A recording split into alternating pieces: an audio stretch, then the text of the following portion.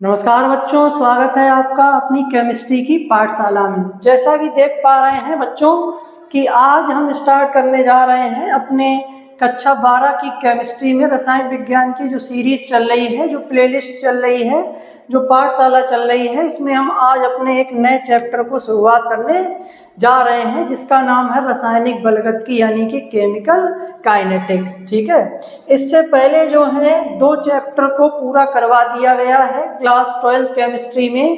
पहला चैप्टर जिसका नाम है विलयन यानी कि सॉल्यूशन, और दूसरा चैप्टर जिसका नाम है वैद्युत रसायन यानी कि इलेक्ट्रोकेमिस्ट्री।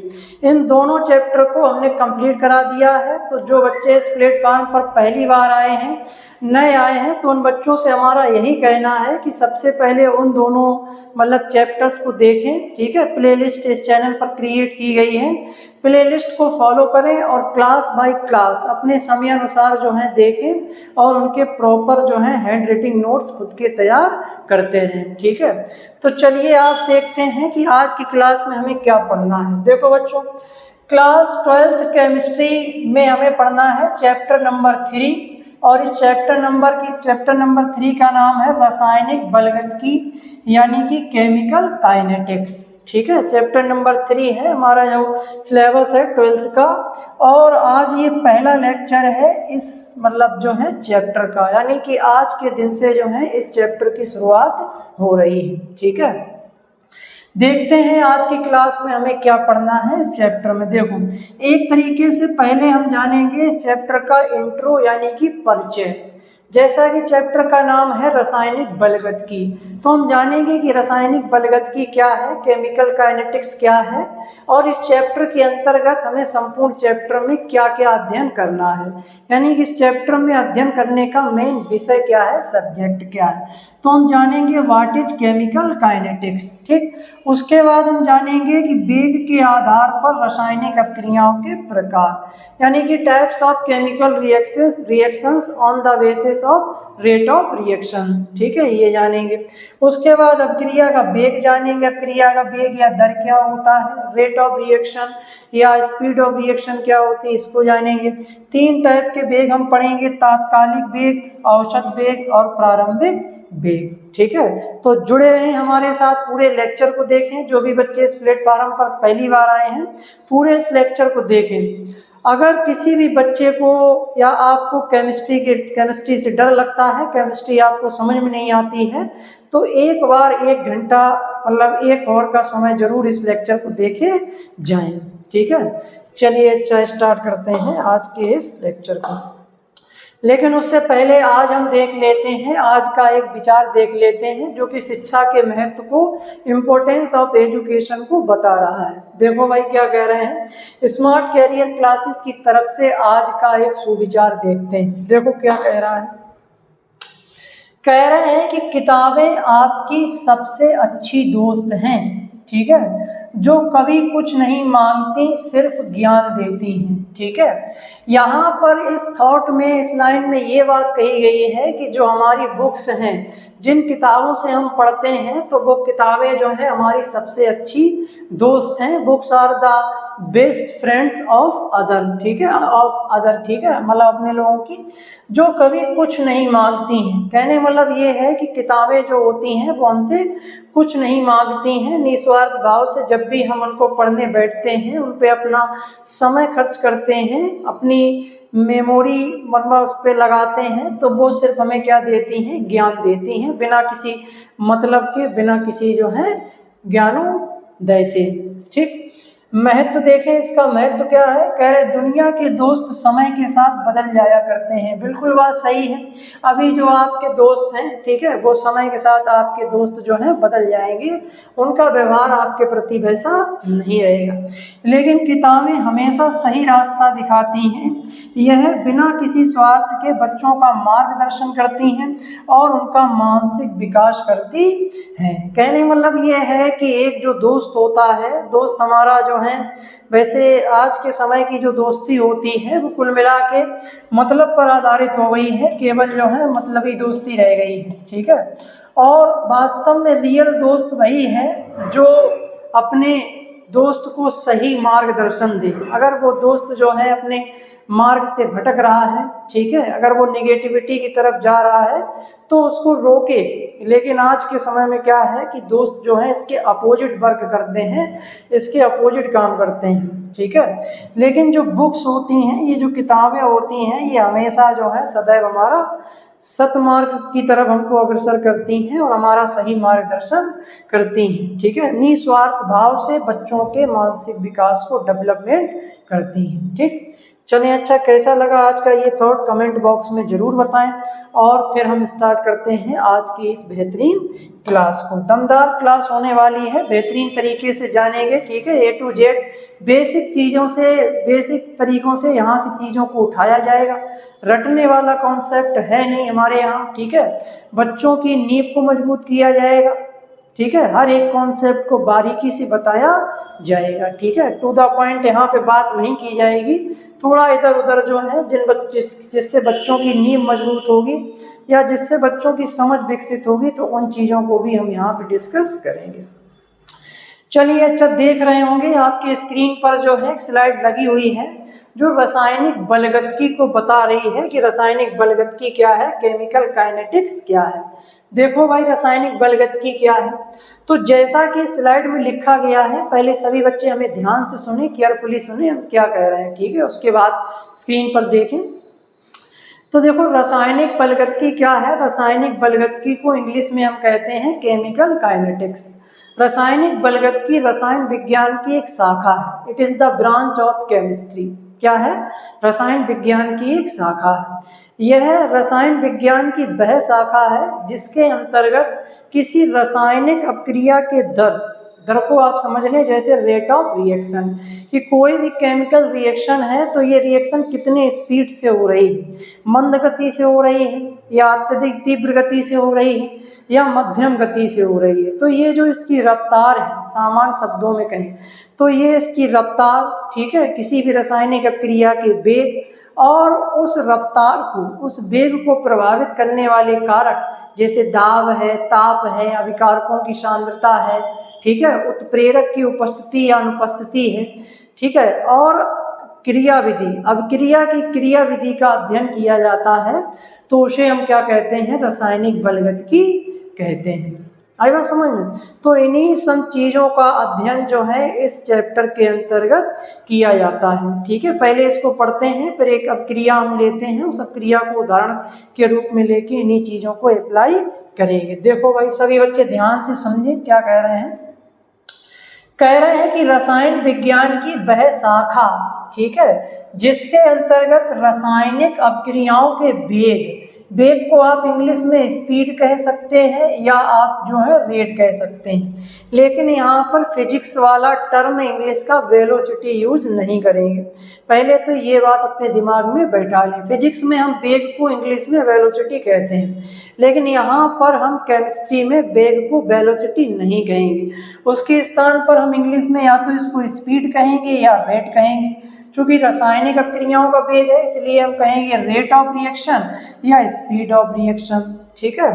तो क्या कह रहे हैं कि वह शाखा जिसके अंतर्गत रासायनिक अपक्रियाओं के वेग और उस वेग को प्रभावित करने वाले कारकों जैसे ताप, टेम्परेचर जैसे दाब यानी कि प्रेशर, जैसे सांद्रता यानी कि कंसंट्रेशन, और प्रेरक कैटलिस्ट और अभिक्रिया की क्रिया विधि यानी कि मैकेनिज्म का अध्ययन किया जाता है, उसे हम क्या कहते हैं? रासायनिक बलगतकी कहते हैं। यानी कि उसी को हम क्या कहते हैं? केमिकल काइनेटिक्स कहते हैं। आई बात समझ में?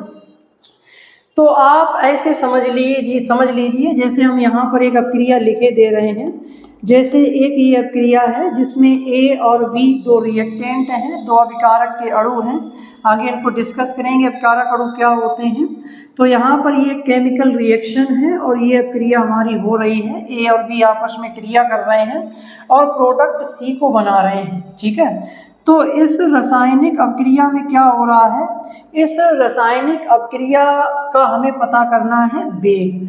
वेग का मतलब क्या है? स्पीड ऑफ रिएक्शन या रेट ऑफ रिएक्शन। आप ऐसे समझ लीजिए कि जैसे कोई कार है, एक हम सामान्य उदाहरण देते हैं अपने सामान्य जनजीवन का। जैसे कोई एक कार है, कोई एक 4 व्हीलर है, तो उस कार को आप मान लीजिए जब वो कार चलेगी तो आप ये समझ लीजिए कि अपक्रिया हो रही है। ठीक है, समझ लीजिए, आप एज्यूम कर लीजिए। ठीक है, उदाहरण के लिए दे रहे हैं ताकि इन सब बातों को आसानी से दैनिक जीवन से रिलेटेड जो है चीज़ों को कनेक्ट करके समझ सकें। तो वो कार है, जब वो कार चलेगी तो हम कहेंगे अपक्रिया चल रही है। ठीक है, तो उस कार के चलने की दर यानी कि स्पीड ऑफ कार या रेट ऑफ कार, ठीक है, यानी उसके चलने की जो दर है कि वो कितनी स्पीड से चलेगी, 20 किलोमीटर पर हॉर की मतलब गति से चलेगी, या 30 किलोमीटर या 50 किलोमीटर या 60 किलोमीटर पर हॉर की गति से चलेगी। तो यही तुम्हारे सेम सिस्टम यहाँ पर अपक्रिया का भी है। ठीक है, कि प्रयोगशाला में कोई भी रासायनिक अपक्रिया कराई जा रही है तो उस अपक्रिया का वेग क्या होगा, उसकी स्पीड क्या होगी, तो उस अपक्रिया के वेग को हम जानेंगे। ठीक है, रिएक्शन की यानी कि कार की रफ्तार को जानेंगे, और उस कार की रफ्तार को प्रभावित करने वाले कारक, कार की रफ्तार को कौन कौन से कारक प्रभावित करेंगे बच्चों, जैसे कार कहाँ चलेगी, सड़क पर, तो सड़क पर पड़ने वाले गड्ढे, सड़क पर पड़ने वाले ब्रेकर्स, सड़क पे लगने वाले जैम जो लगेगा। ठीक है, और सकरी गलियां हैं, ठीक है, या चौड़ी है मतलब सड़क जो है, तो ये भी प्रभावित करेगी। इसके अलावा सड़क पर जो है चेकिंग वगैरह, पुलिस वगैरह समय समय पर चेकिंग करती रहती है। तो ये सब क्या है, ये सब वो कारक हैं जो उस कार की गति को प्रभावित करेंगे। ये उस कार की गति को बढ़ा भी सकते हैं और उस कार की गति को घटा भी सकते हैं। इसी तरीके से बड़े बड़े जो हाईवे होते हैं उनमें टोल टैक्स वसूला जाता है, तो टोल प्लाजा बने होते हैं, तो जगह जगह पे गाड़ियां रुकती हैं। तो टोल प्लाजा का काम क्या होता है, कार की स्पीड को घटा देते हैं, कार को स्लो करवा देते हैं। तो उन्होंने घटा दिया।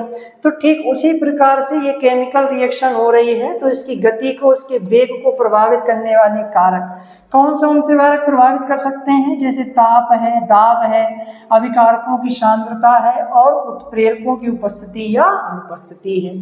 ठीक, फिर कह रहे हैं क्रिया की क्रियाविधि मैकेनिज्म का अध्ययन किया जाता है। ठीक है, कि ये क्रियाविधि कैसे होती है, कैसे अभिकारक अणु जो है टूटते हैं, कैसे नए बंधों का निर्माण होता है, तो उसे कहते हैं अपक्रिया की क्रियाविधि। तो इन सब चीज़ों का अध्ययन जब किया जाता है, किसी भी रासायनिक अपक्रिया की वेग को प्रभावित करने वाले कारकों को और इस अपक्रिया की क्रियाविधि को, तो इसी को हम क्या कहते हैं, रासायनिक बलगतिकी कहते हैं। बस बात खत्म। सरल शब्दों में कहें तो यह चैप्टर हमें यह बताता है कि कोई अपक्रिया कितनी तेजी से या कितनी धीमी गति से हो रही है और उसकी रफ्तार को कैसे बदला जा सकता है, उसकी रफ्तार को कैसे बदला जा सकता है। ठीक, चलें अच्छा स्क्रीनशॉट ले लें, उसके बाद हम आगे बढ़ते हैं। ठीक है, इसका स्क्रीनशॉट ले लें और इसका एक प्रॉपर नोट्स बना लें। ठीक है, स्लाइड में जो भी लिखा हुआ है इस पूरे को अपने जो है फेयर कॉपी पे नोट डाउन करें। चलें अच्छा, अब हम देखते हैं। चलें, अब देखो, स्पीड के आधार पर, वेग के आधार पर रासायनिक अपक्रियाएं 3 प्रकार की होती हैं। जो किसी भी केमिस्ट्री में पढ़ें, चाहे हम अपने कार्बनिक रसायन में पढ़ें, चाहे अकार्बनिक रसायन में पढ़ें, चाहे अपने भौतिक रसायन में पढ़ें, तो जो भी रासायनिक अपक्रियाएं होती हैं, सभी रासायनिक अपक्रियाओं को मोटा मोटा 3 प्रकारों में बांटा गया है, वेग के आधार पर, रफ्तार के आधार पर। कैसे कैसे आप खुद ही बता लो। देखो, एक अपक्रिया ऐसी होगी जो बहुत तीव्र गति से होगी, यानी कि वेरी फास्ट रिएक्शन होगी। एक अपक्रिया एक टाइप की ऐसी हो सकती है जो बहुत ही स्लो रिएक्शन से हो, वेरी स्लो रिएक्शन से हो। ठीक है, यानी कि इसकी जो स्पीड है, जो रेट है, वो बहुत स्लो हो। और एक टाइप की रिएक्शन ऐसी हो सकती है जो ना तो बहुत तेज हो, ना बहुत तेज गति से हो और ना बहुत धीमी गति से हो, मतलब मध्यम रेट हो, उसका मॉडरेट रेट हो। तो ये इसी आधार पर 3 प्रकार की अपक्रियाएं हो जाती हैं। चलो अच्छा, आइए देखते हैं बच्चों, अब इसमें क्या लिखा, बहुत सरल है। देखें, वेग के आधार पर रासायनिक अपक्रियाओं के प्रकार, on the basis of speed या on the basis of rate of reaction. तो देखो, रासायनिक वेग या रफ्तार के आधार पर अपक्रियाएं मुख्यतः 3 टाइप की होती हैं, 3 प्रकार की होती हैं। पहली जो रिएक्शंस होती हैं उनको कहते हैं तीव्र अपक्रियाएं या इनको कहते हैं तात्कालिक अपक्रियाएं। बच्चों क्या कहते हैं? तात्कालिक अपक्रियाएं।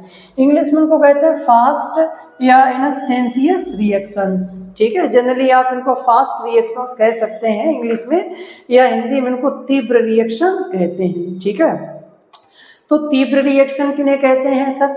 तो देखो सीधा सीधा ध्यान रखो, नाम से ही पता चल रहा है कि वे रासायनिक अपक्रियाएं जो अविकारक अणुओं को आपस में मिलाते ही पलक झपकते ही, ठीक है, अविकारक अणुओं को आपस में मिलाते ही पलक झपकते विद इन सेकेंड, यानी कि 1 सेकेंड के अंदर कंप्लीट हो जाती हैं, पूर्ण हो जाती हैं, तो ऐसी अपक्रियाओं को हम क्या कहते हैं? तीव्र अपक्रियाएं कहते हैं।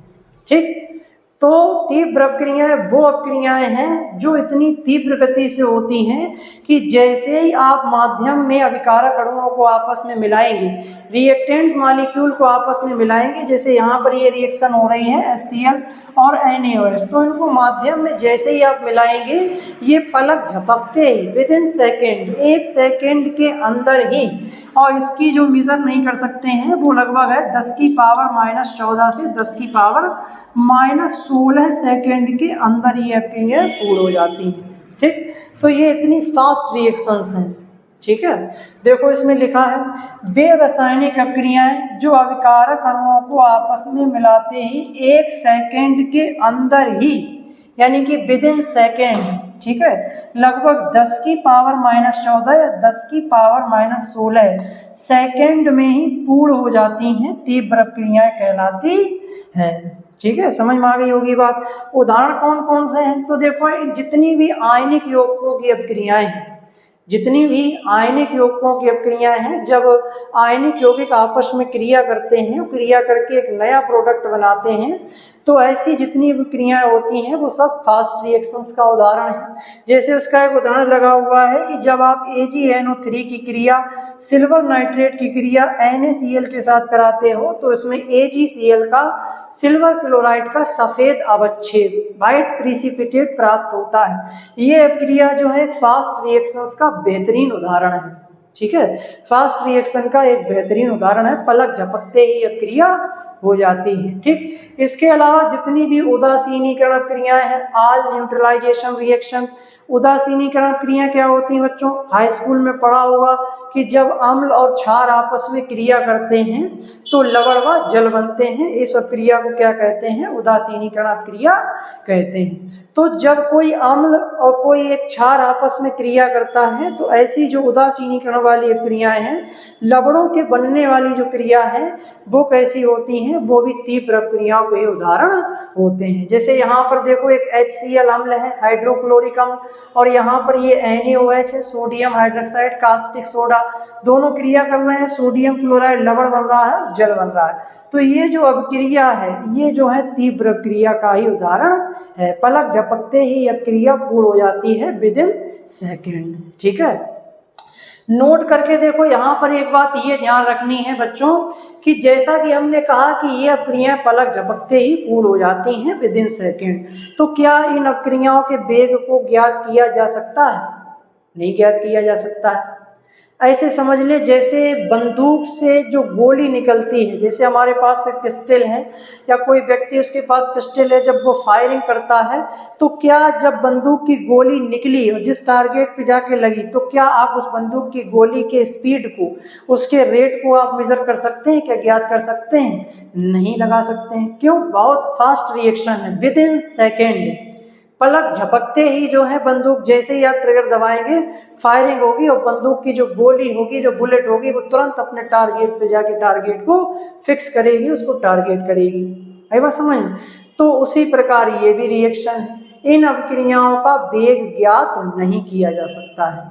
क्यों? क्योंकि ये अपक्रियाएं इतनी फास्ट होती हैं कि इन अपक्रियाओं का वेग हम ज्ञात कर ही नहीं सकते हैं। तो देखो ये बात जरूर लिखें, ये अपक्रियाएं इतनी तेज गति से होती हैं कि प्रयोगशाला में इन अपक्रियाओं का वेग ज्ञात नहीं किया जाता है। तो कहने मतलब ये है कि रासायनिक बलगतिकी में इन अपक्रियाओं का कोई महत्व नहीं है। रासायनिक बलगतिकी में हम इन अपक्रियाओं का, ऐसी अपक्रियाओं का अध्ययन नहीं करते हैं, इन अपक्रियाओं पर वेग का अध्ययन नहीं किया जाता है।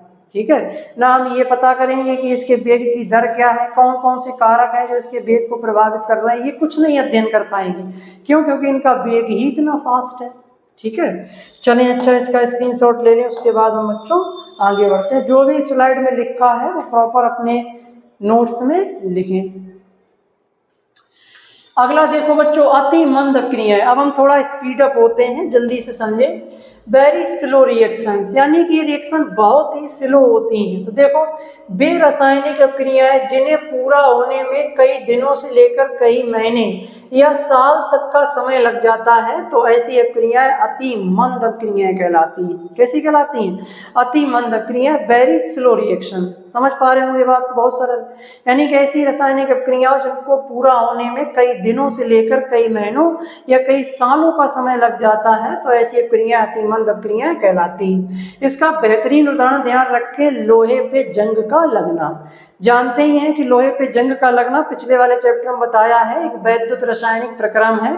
उसमें क्या होता है, लोहा आयरन का ऑक्सीकरण होता है, प्रेजेंस ऑफ वायुमंडलीय ऑक्सीजन एंड वायुमंडलीय आर्द्रता, यानी कि एटमॉस्फेरिक ह्यूमिडिटी के प्रेजेंस में।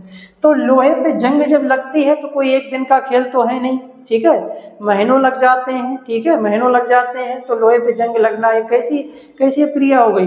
अति मंद क्रिया का उदाहरण हो गई। उसी प्रकार उत्प्रेरक की अनुपस्थिति में हाइड्रोजन व ऑक्सीजन के सहयोग से H2O का बनना, जैसे ये एक क्रिया है जिसमें हाइड्रोजन और ऑक्सीजन आपस में क्रिया करके जल का निर्माण करते हैं, H2O बनाते हैं। ईंधन सेल में यह क्रिया हमने बताई है, जिसमें हमने बताया है कि यह क्रिया प्लेटिनम या लेड ऑक्साइड की उपस्थिति में होती है। जब इसकी उपस्थिति में होती है तो रिएक्शन फास्ट हो जाती है। वैसे तो ये वेरी स्लो रिएक्शन है, लेकिन जब ये क्रिया प्लेटिनम या लेड ऑक्साइड की उपस्थिति में कराई जाती है तो ये क्रिया फास्ट रिएक्शन में चेंज हो जाती है। ठीक है, तो अनुपस्थिति में अगर करा रहे हैं प्लेटिनम और लेड ऑक्साइड की उपस्थिति में, तो इसके बनने में बहुत लंबा समय लगेगा। ठीक है, कई दिनों से लेकर कई महीनों तक का समय।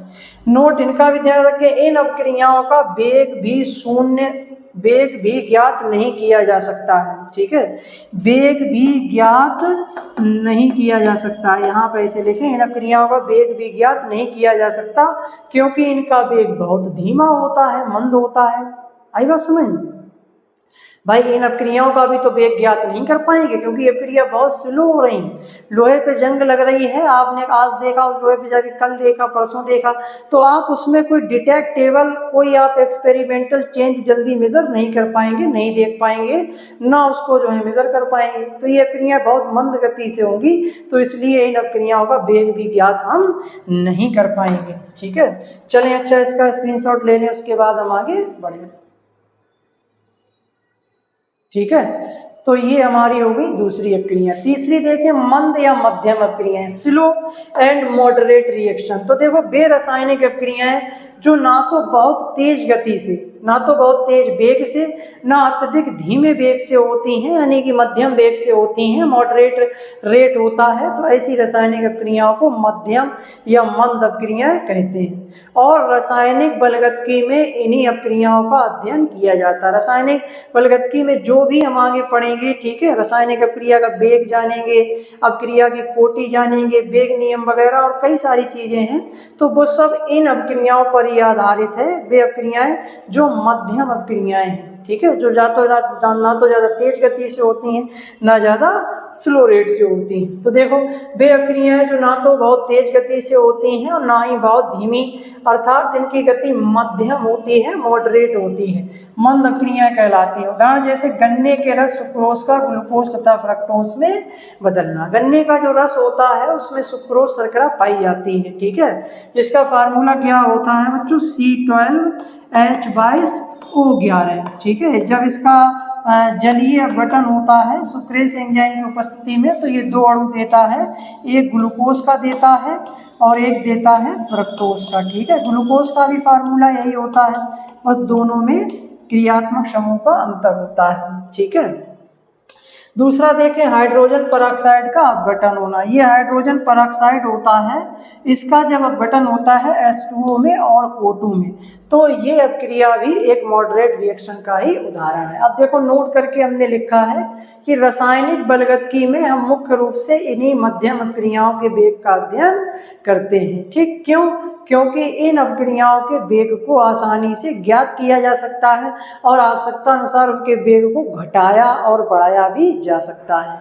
वो जो कारक हैं, ताप है, दाब है, सांद्रता है, उत्प्रेरक है, इनको जो है हम रेगुलेट करके उस इन अपक्रियाओं की गति को, वेग को मेंटेन कर सकते हैं, आवश्यकता अनुसार बढ़ा भी सकते हैं, आवश्यकता अनुसार घटा भी सकते हैं। ठीक, तो रासायनिक बलगतकी में इन्हीं अपक्रियाओं का महत्व है, इन्हीं अपक्रियाओं पर एक्सपेरिमेंट्स किए गए हैं।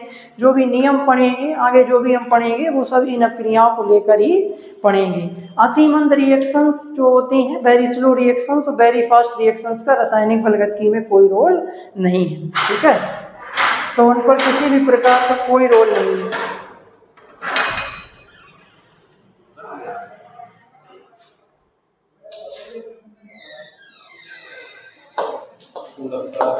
नमस्कार जी। फिर देखें अपक्रिया का वेग या दर, यानी कि रेट या स्पीड ऑफ रिएक्शन। देखें तो ये हमने 3 प्रकार की अपक्रियाओं को जाना। ठीक है, टाइप्स ऑफ केमिकल रिएक्शंस को जाना। अब हम जानेंगे कि अपक्रिया का वेग क्या होता है या अपक्रिया का दर क्या होता है। ठीक है, इसको समझेंगे। देखो, अब जैसे मान के चलो कि कोई भी हमें रासायनिक अपक्रिया दे रखी है। ठीक है, मान के चलें कि ये हमारे सामने एक रासायनिक अपक्रिया है। ठीक है, ध्यान से देखें, A+B। ठीक है, A+B ये हमारी क्या है, एक रासायनिक अपक्रिया है। ठीक, इस रासायनिक अपक्रिया में जानते ही हैं, हाई स्कूल लेवल में पढ़ा होगा कि अपक्रिया में 2 पक्ष होते हैं, एक बायां पक्ष होता है और एक दायां पक्ष होता है। बाएं पक्ष की तरफ, लेफ्ट साइड की तरफ लिखे जाते हैं अभिकारक अणु। क्या लिखे जाते हैं? अभिकारक अणु लिखे जाते हैं, तो इन्हें हम अभिकारक कहते हैं। इंग्लिश में हम उनको क्या कहते हैं? रिएक्टेंट कहते हैं। ठीक है, कुछ किताबों में इनका नाम क्रिया कारक भी दिया गया है। ठीक है, लेकिन जनरली जो है इनको अभिकारक ज़्यादा यूज में लेते हैं, तो दूसरा नाम भी बताए दे रहे हैं क्रिया कारक। इंग्लिश में इनको कहते हैं रिएक्टेंट। इंग्लिश में बच्चों में इनको क्या कहते हैं? रिएक्टेंट कहते हैं। ठीक है, तो यहाँ पर 2 रिएक्टेंट हैं, एक रिएक्टेंट ए है और एक रिएक्टेंट बी है। ठीक, फिर देखें अपक्रिया के जो दाएं तरफ लिखा जाता है, राइट साइड लिखा जाता है, उसको हम कहते हैं उत्पाद। क्या कहते हैं? उत्पाद कहते हैं। इन्हीं को एक नाम हम एक और देते हैं जिसको कहते हैं क्रियाफल। क्या कहते हैं? क्रियाफल इनको कहते हैं। ठीक, और इंग्लिश में इनको हम कहते हैं प्रोडक्ट। इंग्लिश में क्या कहते हैं? प्रोडक्ट कहते हैं। ठीक है, तो ये एक रासायनिक अपक्रिया के प्रदर्शित करने के तरीके हैं कि एक लेफ्ट हैंड साइड क्या लिखा जाता है, राइट हैंड साइड क्या लिखा जाता है। ठीक है, ये तो पहले से जानकारी होगी, या नहीं होगी तो अब जान गए होंगे। ठीक, अब आ जाते हैं रासायनिक बलगतकी में, अपने जो है केमिकल काइनेटिक्स में हमें इसमें क्या देखना है इस अपक्रिया के पॉइंट ऑफ व्यू से। देखो, तो जैसे ये हमारी रिएक्शन हो रही है, ठीक है, और ये जो रिएक्शन है ये किसका उदाहरण होगी, कौन से टाइप की रिएक्शन होगी? तो जानते ही हैं मॉडरेट रिएक्शन होगी, क्योंकि हम इसी अपक्रिया के वेग को ज्ञात कर पाएंगे। ठीक है, जो फास्ट रिएक्शंस हैं, जो स्लो रिएक्शंस हैं, उनको हम ज्ञात नहीं कर पाएंगे। ये मॉडरेट रिएक्शन है। ठीक, तो देखो इसमें क्या होगा, अपक्रिया के वेग को हमें मेजर करना है, तो अपक्रिया के वेग को हम मेजर करेंगे या तो प्रति सेकेंड में, या प्रति सेकेंड में मेजर करेंगे, या प्रति मिनट में मेजर करेंगे। प्रति सेकेंड, प्रति मिनट में क्या मेजर करेंगे? हम ये मेजर करेंगे कि प्रति सेकेंड में अभिकारकों की सांद्रता कितनी घट रही है, अभिकारकों की सांद्रता कितनी घट रही है, या हम ये देख लें कि प्रति सेकेंड या प्रति मिनट में उत्पादों की सांद्रता कितनी बढ़ रही है। तो इसी से हम क्या पता कर पाएंगे? इस अपक्रिया का वेग यानी कि रेट ऑफ रिएक्शन पता कर पाएंगे। समझ पा रहे होंगे बात? और फिर ये तो एक जो है कॉमन सेंस की बात है कि जब रिएक्शन आगे होगी, ये अपक्रिया होगी, तो समय के साथ विद टाइम क्या होगा, अभिकारकों की सांद्रता घटती चली जाएगी। ठीक, और उत्पादों की सांद्रता बढ़ती चली जाएगी। अब अगर हम इसका क्या करें, एक एक ग्राफ बनाएं, ठीक है, समझाने के लिए ग्राफ बनाएं। तो जब हम इसका एक ग्राफ बना लें छोटा सा यहाँ पर, और यहाँ पर एक समय ले लें टाइम, ठीक है, वो भी हम ले रहे हैं यहाँ पर सेकंड में, मिनट में भी ले सकते हैं, वो आपके ऊपर है, मिनट में मेजर कर रहे हैं या सेकंड में। और यहाँ पर हम ले लें सांद्रता, यहाँ पर ले लें हम सांद्रता यानी कि कंसंट्रेशन ले लें, ठीक है। अब जैसे देखो यहाँ पर क्या है, इस पॉइंट पर हम ले रहे हैं उत्पाद, इस पॉइंट पर हम क्या ले रहे हैं बच्चों, उत्पाद ले रहे हैं, ठीक। और इस वाले पॉइंट पर हम ले रहे हैं अभिकारक अणु। ये जो आप पॉइंट देख रहे हैं यहाँ पर हम ले रहे हैं अभिकारक के अणु, और इस वाले पॉइंट पे हमने ले लिए हैं उत्पाद के अणु, ठीक है। तो जैसे जैसे समय आगे बढ़ेगा, ठीक है, समय के साथ विद टाइम क्या होगा, अब क्रिया होगी, तो जो उत्पादों की सांद्रता होगी वो लगातार क्या होगी, बढ़ती चली जाएगी, लगातार उत्पादों की सांद्रता बढ़ती चली जाएगी, ठीक। और इसी के साथ समय के साथ जो अभिकारकों की सांद्रता होगी, ठीक है, जो अभिकारकों की सांद्रता होगी वो लगातार जो है नीचे गिरती चली जाएगी। इस तरीके से ग्राफ जो है गिरता हुआ चला जाएगा समय के साथ। आई बात समझ में? तो कहने मतलब ये है कि समय के साथ उत्पाद जो है, प्रोडक्ट की जो संख्या है, जो उनकी सांद्रता है वो बढ़ती चली जाएगी, लेकिन अभिकारकों की सांद्रता घटती चली जाएगी। तो ये बात तो समझ में आ गई होगी, नहीं आ गई होगी तो समझाते हैं। देखो ये जो अभिकारक अणु हैं यही तो क्रिया करके सी बन रहे हैं, जैसे ए है और बी है, ये दोनों आपस में क्रिया कर रहे हैं, नया प्रोडक्ट सी बना रहे हैं, तो ये गायब हो रहे हैं, ठीक है, माध्यम से ये नया बन रहा है, तो इसकी सांद्रता जो है बढ़ती चली जाएगी और इनकी सांद्रता लगातार घटती चली जाएगी। आई बात समझ में आ गई होगी, ठीक। अब क्रिया के वेग की बात करते हैं, तो एक बात ये भी ध्यान रखो कि अब क्रिया का वेग भी जो होता है वो समय के साथ घटता जाता है भाई। अब क्रिया का जो वेग होगा वो समय के साथ, चलें बच्चे देखते हैं, थोड़ा इशू हो जाने की वजह से वीडियो थोड़ा पॉज करना पड़ा, कुछ परिचित आ गए थे हमारे मिलने वाले, तो थोड़ा उनके साथ समय स्पेंड करना पड़ा। देखें, चले बच्चों देखो, तो यहाँ पर देखो ये हमने सब बता दिया बच्चों, ठीक है, कि जैसे जैसे अब क्रिया आगे बढ़ेगी अभिकारकों की सांद्रता लगातार घटती चली जाएगी और उत्पादों की सांद्रता लगातार बढ़ती चली जाएगी, ठीक है। साथ ही साथ जो अब क्रिया का वेग होगा, रेट ऑफ रिएक्शन है, वो भी समय के साथ घटता जाएगा, ठीक है। चलें, अच्छा इसका स्क्रीनशॉट ले लें, उसके बाद हम आगे बढ़ते हैं। ये थोड़ी बेसिक जानकारी थी, ठीक है, इस बेसिक जानकारी को देना बहुत जरूरी था, ठीक है। चलें, अच्छा अब आ जाए पीछे। देखो अब हम बात करते हैं अब क्रिया का वेग या दर, यानी कि रेट ऑफ रिएक्शन किसे कहें, रेट ऑफ रिएक्शन बच्चों हम किसे कहें, कैसे परिभाषित करें। तो जैसा कि हमने बताया कि किसी भी रासायनिक अभिक्रिया में, ध्यान से सुने सभी बच्चे केयरफुली, किसी भी रासायनिक अभिक्रिया में एकांक समय में, यूनिट टाइम में अभिकारकों की सांद्रता या उत्पाद की सांद्रता में होने वाले परिवर्तन को ही हम क्या कहते हैं, अभिक्रिया का वेग कहते हैं। आई बात समझ? बिल्कुल सिंपल सी परिभाषा है। देखें भाई, अभी हमने समझाया है कि किसी भी रासायनिक अभिक्रिया में एकांक समय में, ठीक है, यूनिट टाइम में किसी अभिकारक, रिएक्टेंट या उत्पाद, प्रोडक्ट की सांद्रता में होने वाले परिवर्तन को ही उस अभिक्रिया का वेग या दर कहते हैं, ठीक।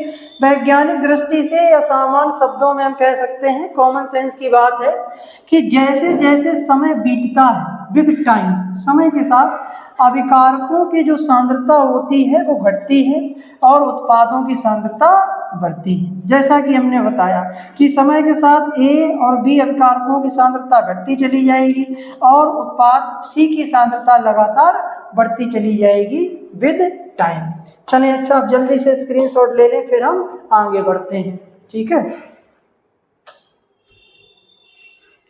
चलें, अच्छा तो अभिक्रिया का वेग आ गया होगा समझ में। अब हम बात करते हैं अभिक्रिया के वेग का सूत्र। बच्चों, अभिक्रिया के वेग या सूत्र को हम कैसे निकालते हैं? क्या अभिक्रिया के वेग को निकालने का कोई सूत्र है, कोई फार्मूला है? तो उसी फार्मूले को हम बात करते हैं। तो देखो, किसी भी अभिक्रिया के वेग को हम दो तरीकों से निकाल सकते हैं।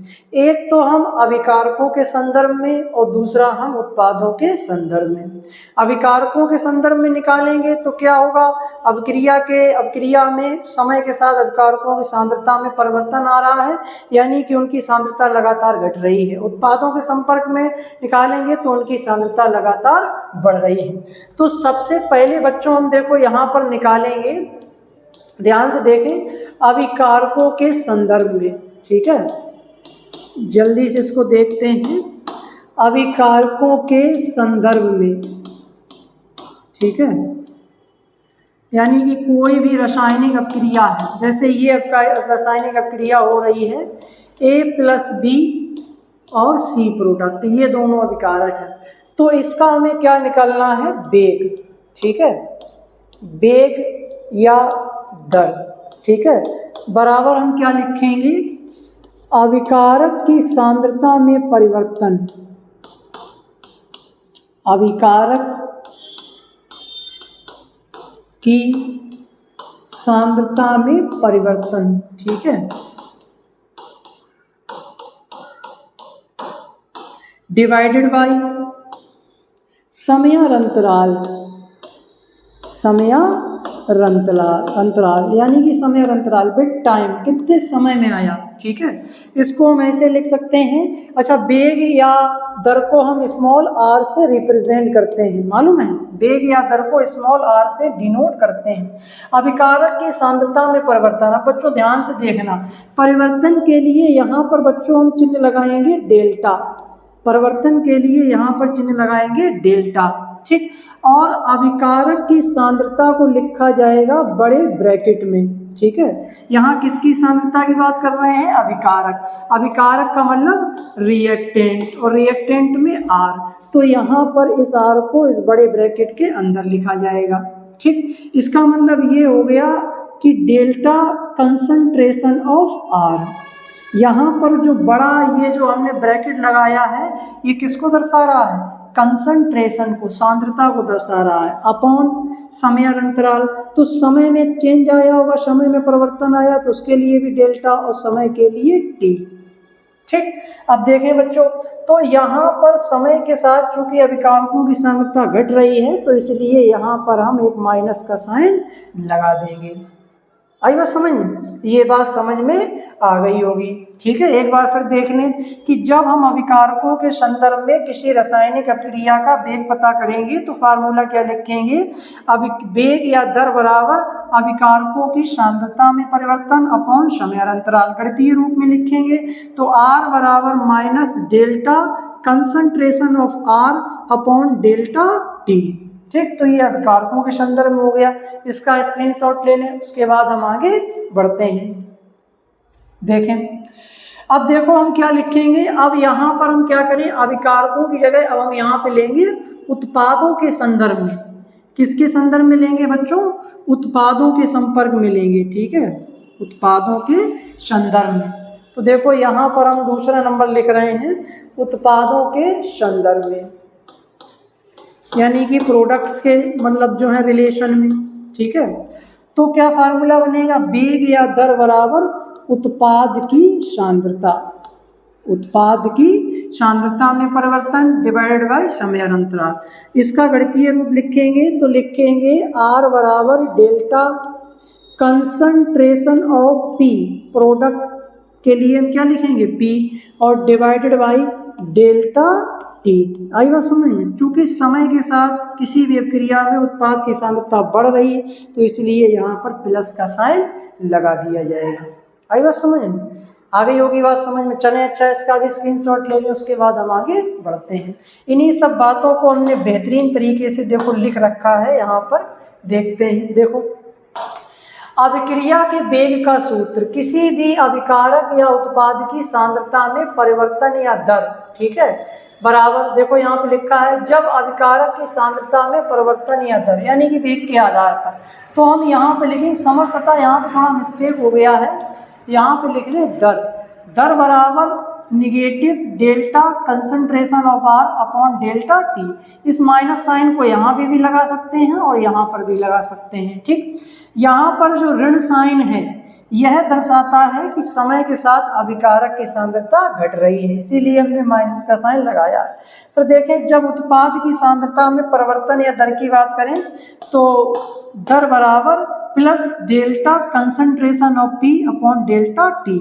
यहाँ जो प्लस साइन है वो यह दर्शा रहा है कि समय के साथ उत्पाद की सांद्रता बढ़ रही है। ठीक है, यहाँ आप संकेतों का अर्थ समझ लें। संकेतों का अर्थ तो बहुत सरल है, ये समझ ही पा रहे होंगे। ठीक है, यहाँ पर थोड़ा जो है मिस्टेक हो गई है। यहाँ पर जो है तात्कालिक वेग के लिए जो है ये लगा दिए गए। ठीक है, तो इसको अभी थोड़ा यहाँ पर रहने दें। ठीक है, इसको अभी हम क्रॉस कर रहे हैं, इसको अभी यहाँ पर रहने दें।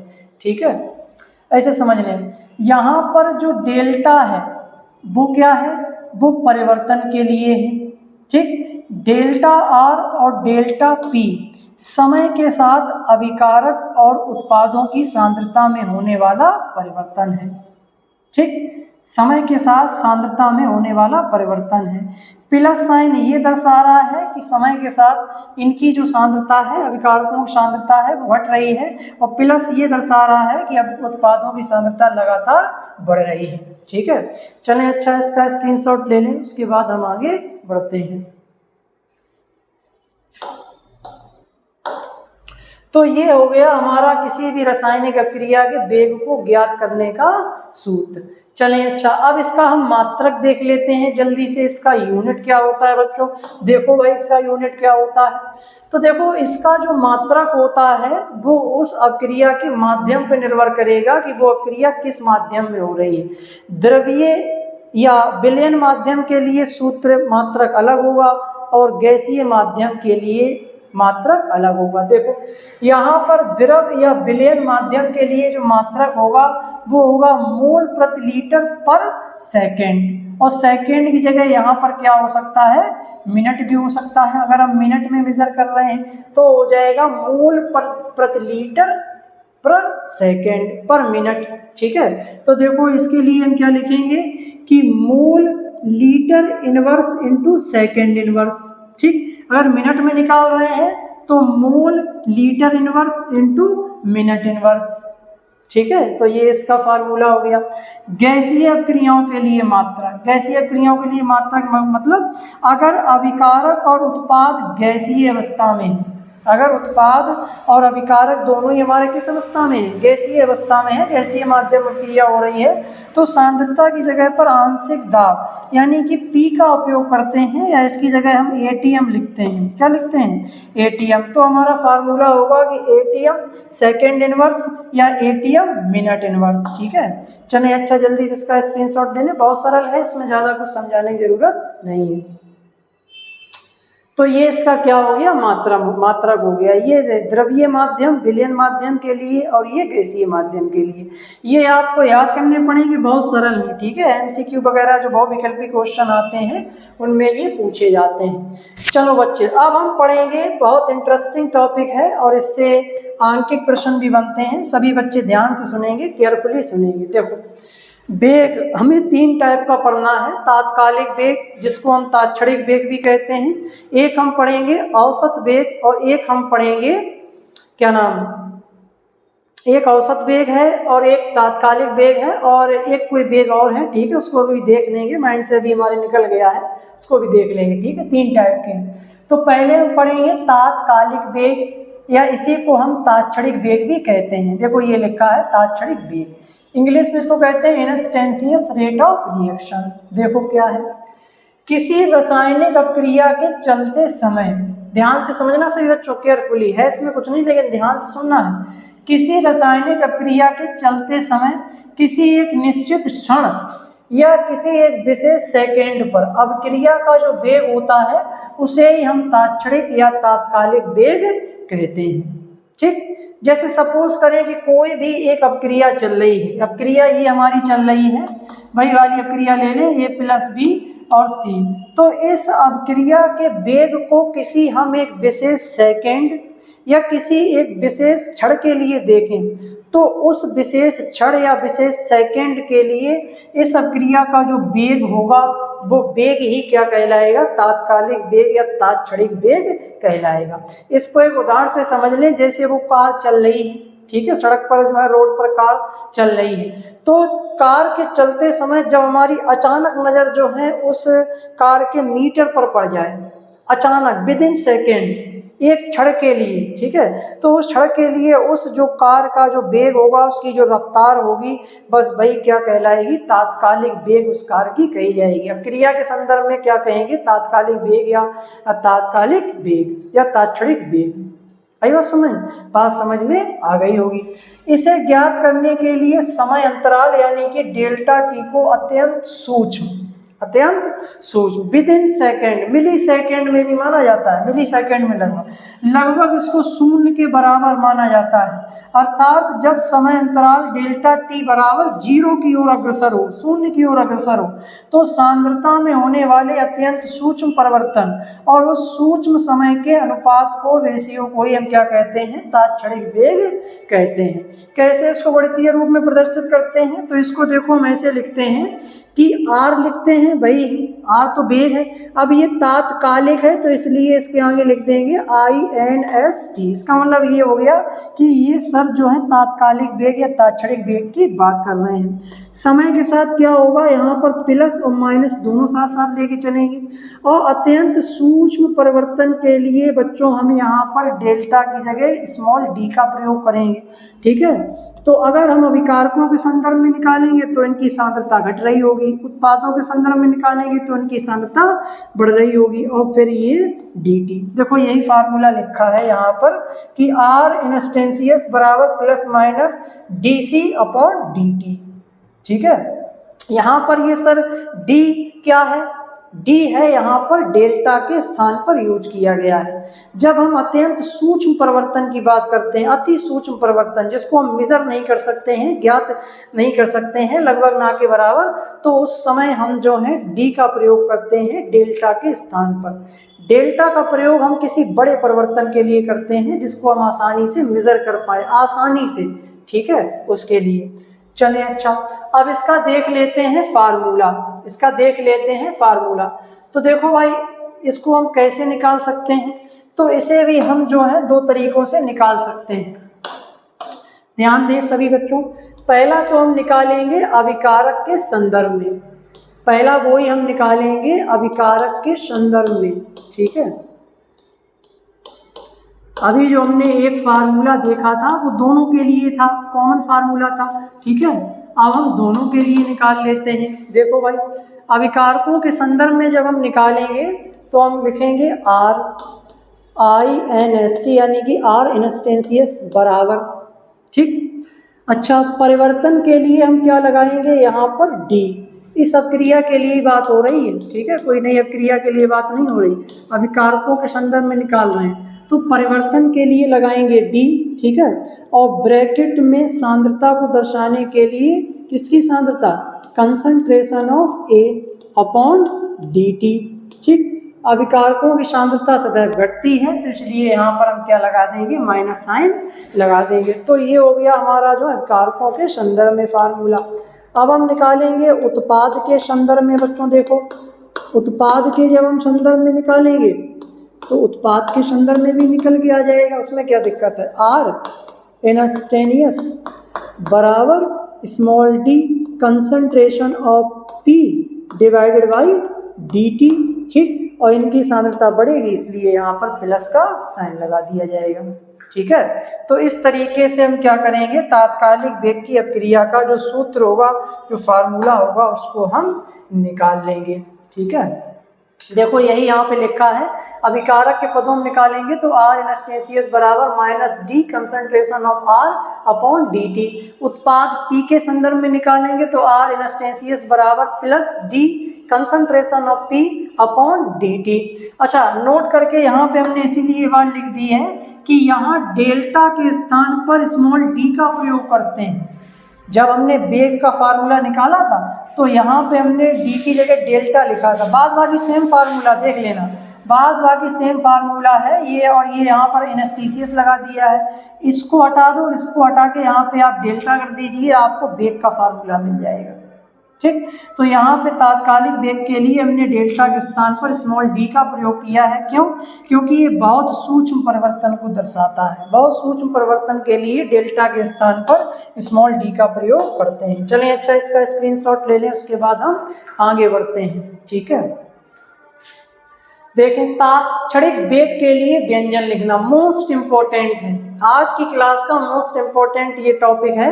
इससे आंकिक प्रश्न पूछे जाते हैं, मतलब इसमें कोई ज्यादा कैलकुलेशन नहीं, ठीक है, केवल देख के थोड़ा हमें लिखना पड़ता है व्यंजन। ठीक है, तो इसमें देखो बच्चों क्या पूछा जाता है कि जैसे हमें कोई एक रासायनिक अभिक्रिया दे दी जाएगी। सभी बच्चे ध्यान से सुने, कोई हमें एक रासायनिक अभिक्रिया दे दी जाएगी और हमसे कहा जाएगा कि जैसे इस रासायनिक अभिक्रिया के लिए आप तात्क्षणिक वेग व्यंजक लिखिए। हर एक अभिक्रिया के लिए अपना खुद का पर्सनल, ठीक है, एक तात्क्षणिक वेग व्यंजक होगा। तो 2 या 3 नंबर पे हम पे ये क्वेश्चन पूछा जाएगा, क्रिया दी जाएगी, पूछा जाएगा तात्क्षणिक वेग व्यंजन बताइए। इसमें 2 टाइप के क्वेश्चन बनते हैं। टाइप 1 को हम देखते हैं कि जब सभी का गुणांक 1 हो, यानी कि सरल समीकरण। ठीक है, अब यहाँ पर गुणांक क्या है बच्चों? सर यहाँ पे गुणांक क्या है? गुणांक को इंग्लिश में कहते हैं कॉफिशिएंट। ठीक है, गुणांक को बिल्कुल आप देसी अंदाज में समझ लीजिए, किताबों में नहीं लिखा है, कि किसी भी रासायनिक अभिक्रिया में भाग लेने वाले यौगिकों के अणुओं की संख्या को, ये बात अपनी कॉपी पे नोट डाउन कर लेना। फिर सुने, गुणांक क्या है कि किसी रासायनिक अभिक्रिया में भाग लेने वाले अभिकारक या उत्पाद के यौगिकों के अणुओं की संख्या को क्या कहते हैं? गुणांक कहते हैं। क्या कहते हैं? गुणांक कहते हैं। ठीक है, मतलब कहने मतलब किसी भी रासायनिक अभिक्रिया में अभिकारक के कितने अणु भाग ले रहे हैं। जैसे इसमें हमारे सामने 2 अभिकारक अणु हैं, एक ए है और बी है, तो ए के कितने अणु भाग ले रहे हैं, बी के कितने अणु भाग ले रहे हैं, तो ये जो अणुओं की संख्या होगी यही क्या कहलाएगी? गुणांक कहलाएगी।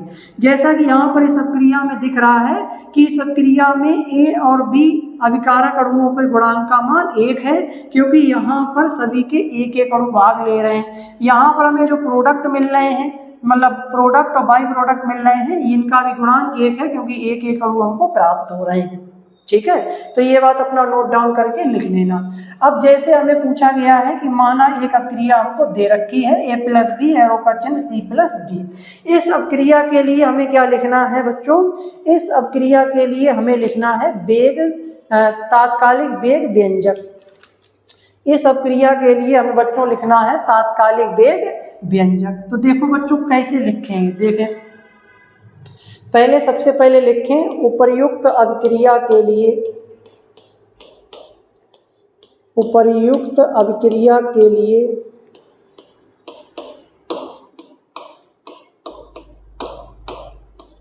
तात्कालिक या तात्क्षणिक, ठीक है, तात्कालिक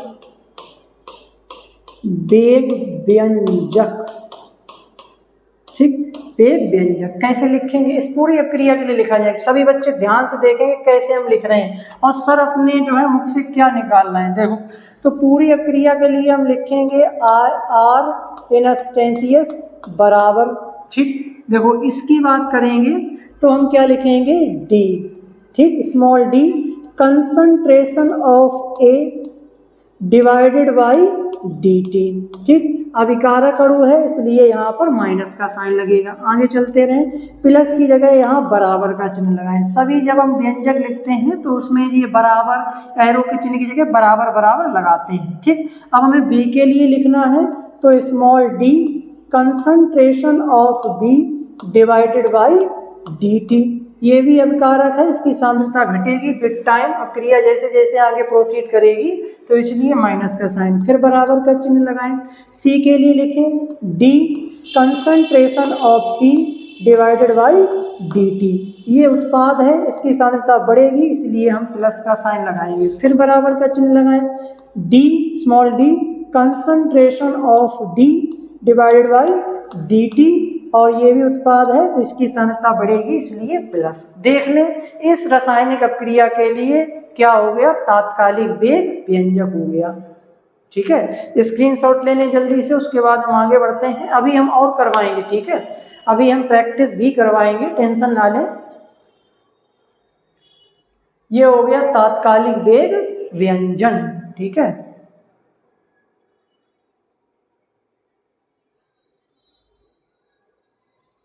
तो ये हो गया हमारा बच्चों तात्कालिक वेग व्यंजक। ठीक है, चलें। अच्छा, अब जैसे हम क्या करते हैं बच्चों, आपको एक उदाहरण देते हैं, एक अपक्रिया लिए लेते हैं। ठीक है, मान के चलो एक हम उदाहरण यहाँ पर ले रहे हैं, अपक्रिया ले रहे हैं। सभी बच्चों इसको नोट डाउन करना। जैसे अपक्रिया है, कार्बन मोनोऑक्साइड की क्लोरीन के साथ अपक्रिया हो रही है और प्रोडक्ट बन रहा है CuCl2। इसका नाम है बच्चों, जानते ही होंगे, उसको कहते हैं फास्जीन। ये एक विषैली कार्बनिक ऑर्गेनिक गैस है। ठीक है, ये एक पॉइजनस गैस है। ठीक है, कह रहे हैं कि इस अपक्रिया के लिए तात्कालिक वेग व्यंजक लिख दीजिए। ठीक है, तो इसका हम डायरेक्ट देखो लिखे दे रहे हैं, तात्कालिक वेग व्यंजक। इस अपक्रिया के लिए हमें बच्चों क्या लिखना है, तात्कालिक वेग व्यंजक। देखो कैसे लिखेंगे भाई, जैसे हमने बताया, यहाँ पर आप लिखिए R इंस्टेनियस। ठीक है, बराबर किसकी बात कर रहे हैं, CO की। तो D कंसंट्रेशन ऑफ CO यानी कि कार्बन मोनोऑक्साइड डिवाइडेड बाय या अपॉन DT, अविकारक है इसलिए माइनस का साइन, बराबर फिर हम किसकी लिखेंगे, क्लोरीन की, small d concentration of Cl2।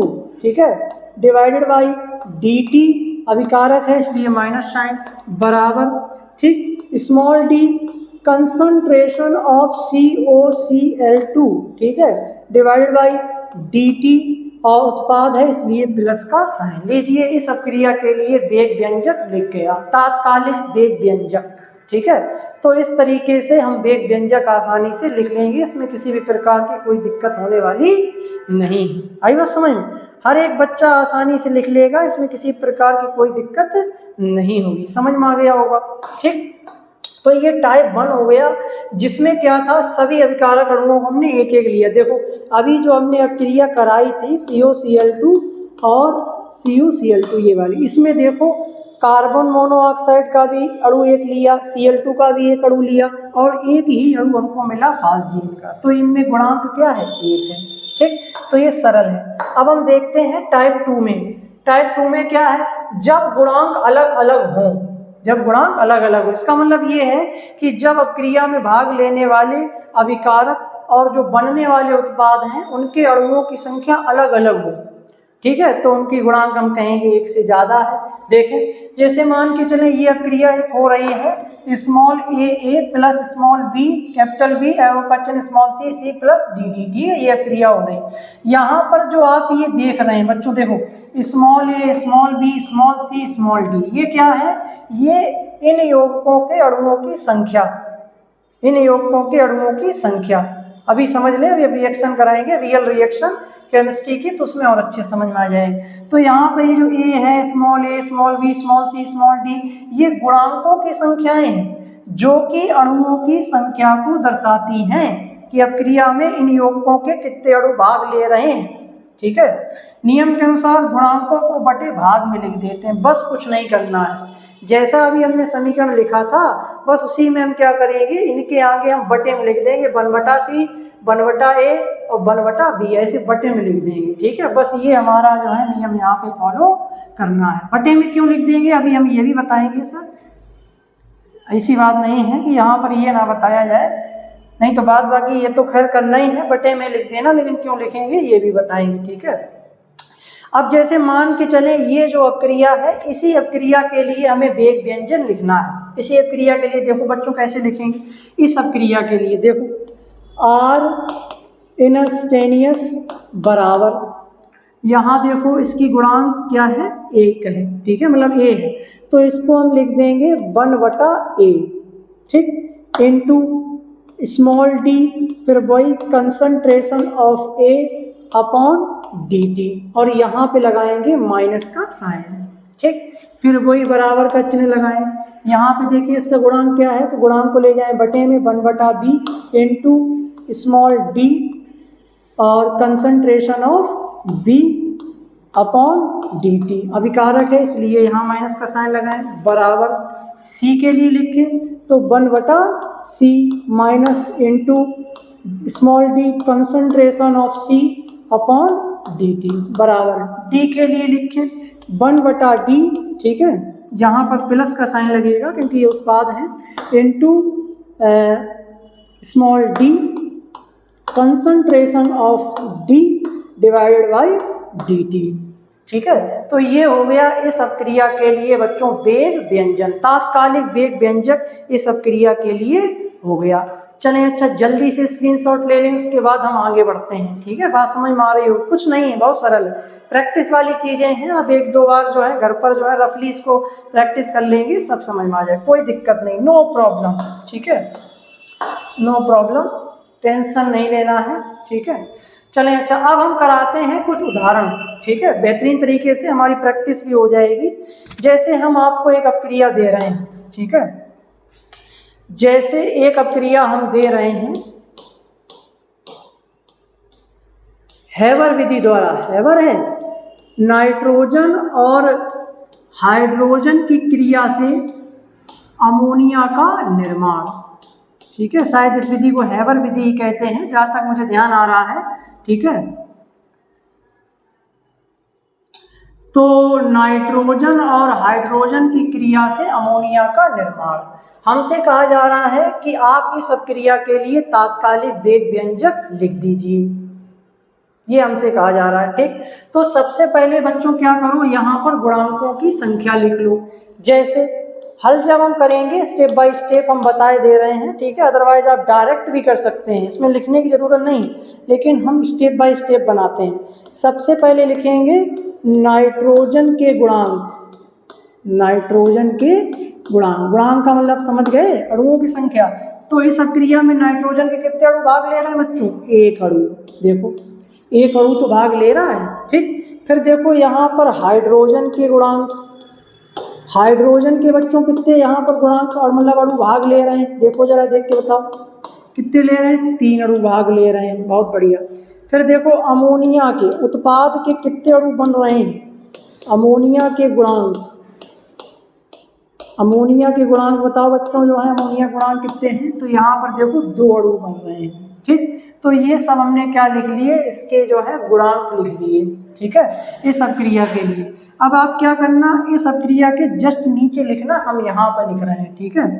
फिर अब हम लिखेंगे उपर्युक्त अपक्रिया के लिए वेग व्यंजन, उपर्युक्त अपक्रिया के लिए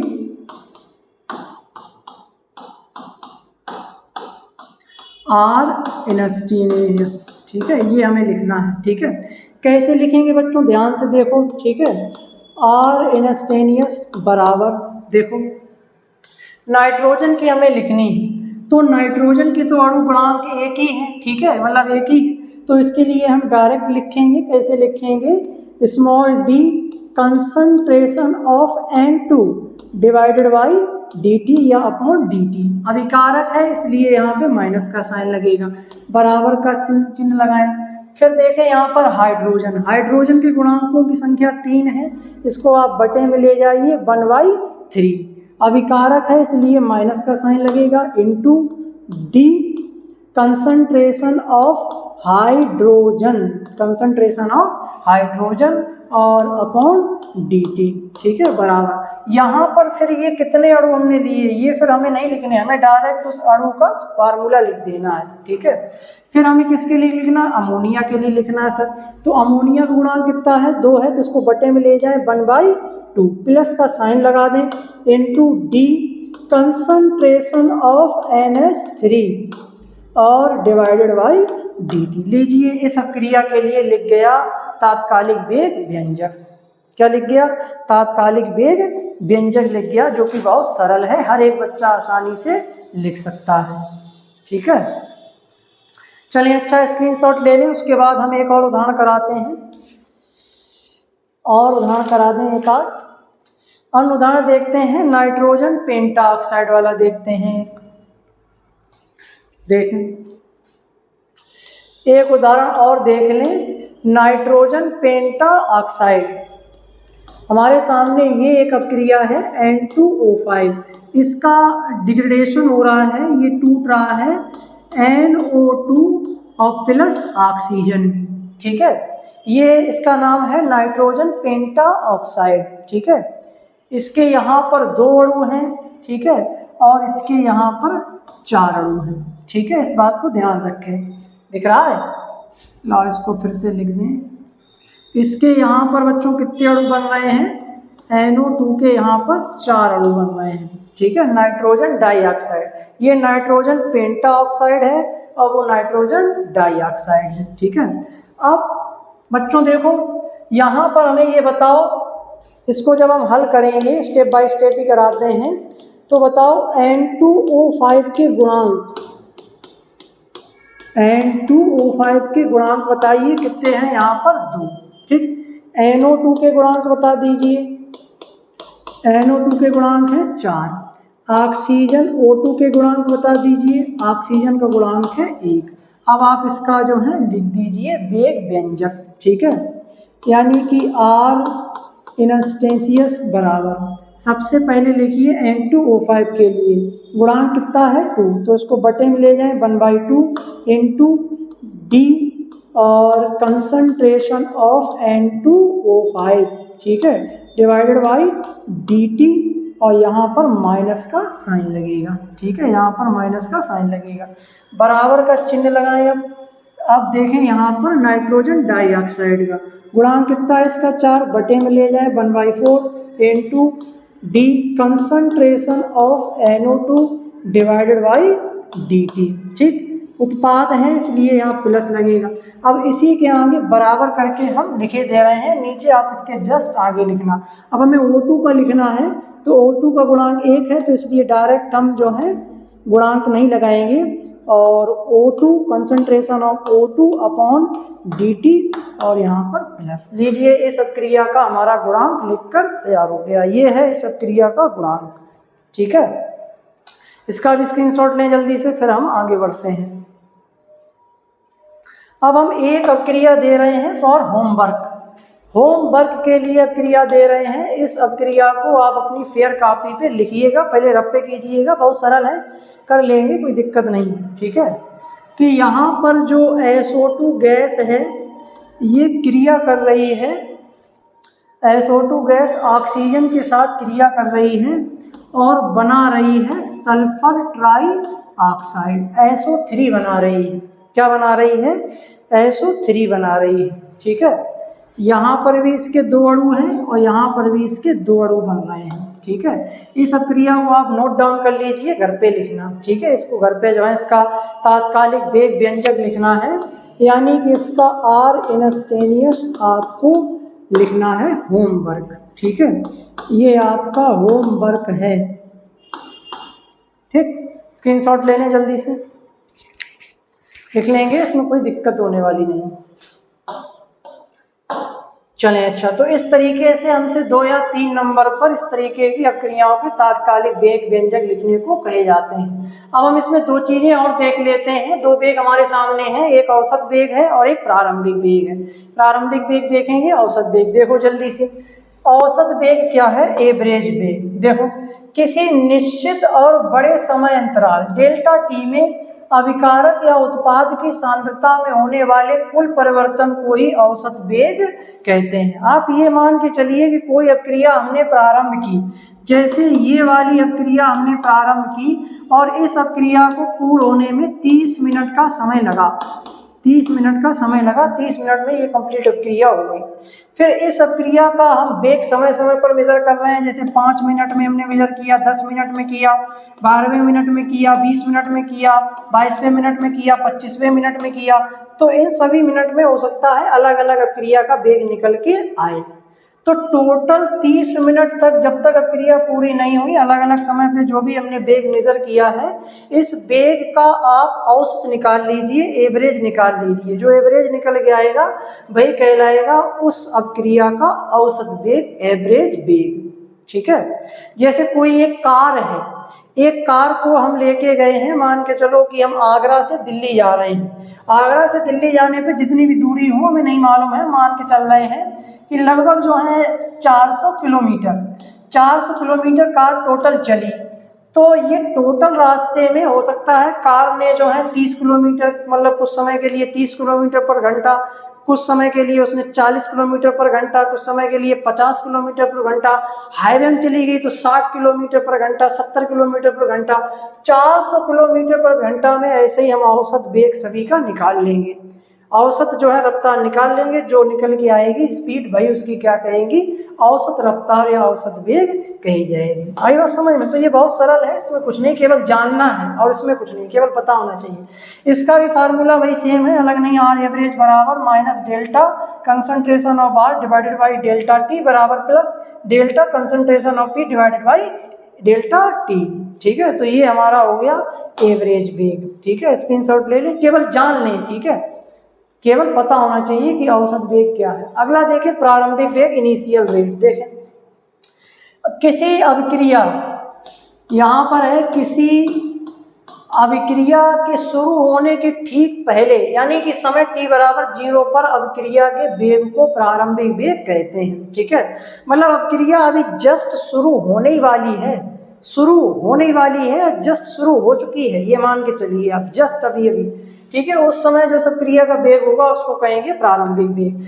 यह वह समय है जब आपने अभिकारकों को सिर्फ मिलाया है और अब क्रिया अभी अभी शुरू हुई है, जस्ट अभी अभी शुरू हुई है। जैसे यहाँ पे एक कार खड़ी है तो बस इस कार ने चलना शुरू ही किया है, थोड़ा इसका पहिया आगे की तरफ बढ़ा है। ठीक है, थोड़ा इसका मीटर ऊपर की तरफ हुई है, सुई जो है वो थोड़ी ऊपर की तरफ आगे हुई है, बस उस समय जो उसका वेग है वो है उसका प्रारंभिक वेग, इनिशियल रेट। और कोई नया उत्पाद प्रोडक्ट अभी बना नहीं भैया, उत्पाद अभी कहाँ से बन जाएगी, जस्ट क्रिया अभी शुरू हुई है, गियर हमने अपनी कार में भी डाला है। ठीक है, जस्ट सुई थोड़ी हिली है, बस वही हमारा प्रारंभिक वेग है।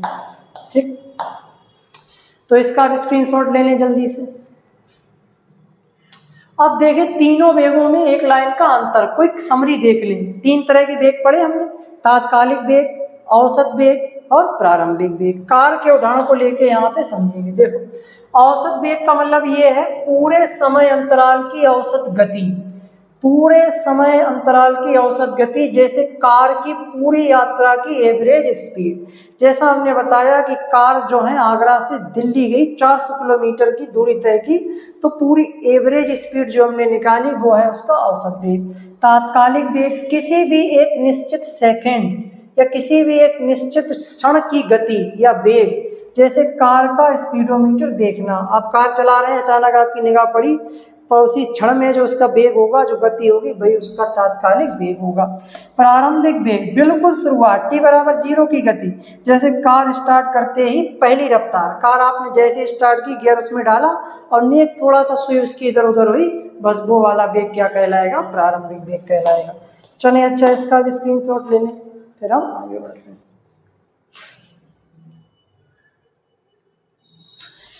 चलें बच्चों, आज के लिए इतना ही, आज की क्लास में हमें इतना ही पढ़ना था। ठीक है, कैसा लगा आज का ये क्लास, मतलब कैसी लगी आज की ये क्लास, कमेंट बॉक्स में जरूर टाइप करके बताएं। ठीक है, आज हमने जो है अपने नए चैप्टर रासायनिक बलगति को स्टार्ट कर दिया है और इसकी कुछ जो बेसिक चीज़ें थी, इंट्रो हमने डिस्कस किया। आज के लेक्चर में हमने इंट्रो जाना कि रासायनिक बलगति क्या है, रासायनिक बलगति में किसका अध्ययन करते हैं, और वेग के आधार पर रासायनिक अपक्रियाओं के प्रकार जाने, तीव्र अपक्रियाएं, अतिमंद अपक्रियाएं, मध्यम अपक्रियाएं। वेग को समझा कि वेग किसे कहते हैं, एक्चुअल अपक्रिया के वेग की वैज्ञानिक परिभाषा समझी, और वेग का फार्मूला जाना, वेग का मात्रक जाना। ठीक, और फिर वेग के 3 टाइप हमने जाने, तात्कालिक वेग, औसत वेग और प्रारंभिक वेग। ठीक है, कि तो आज की क्लास में हमने इतना सब डिस्कस किया है। अब कल की क्लास में हम इसी चैप्टर को आगे कंटिन्यू करेंगे, अगले टॉपिक को आगे हम पढ़ेंगे।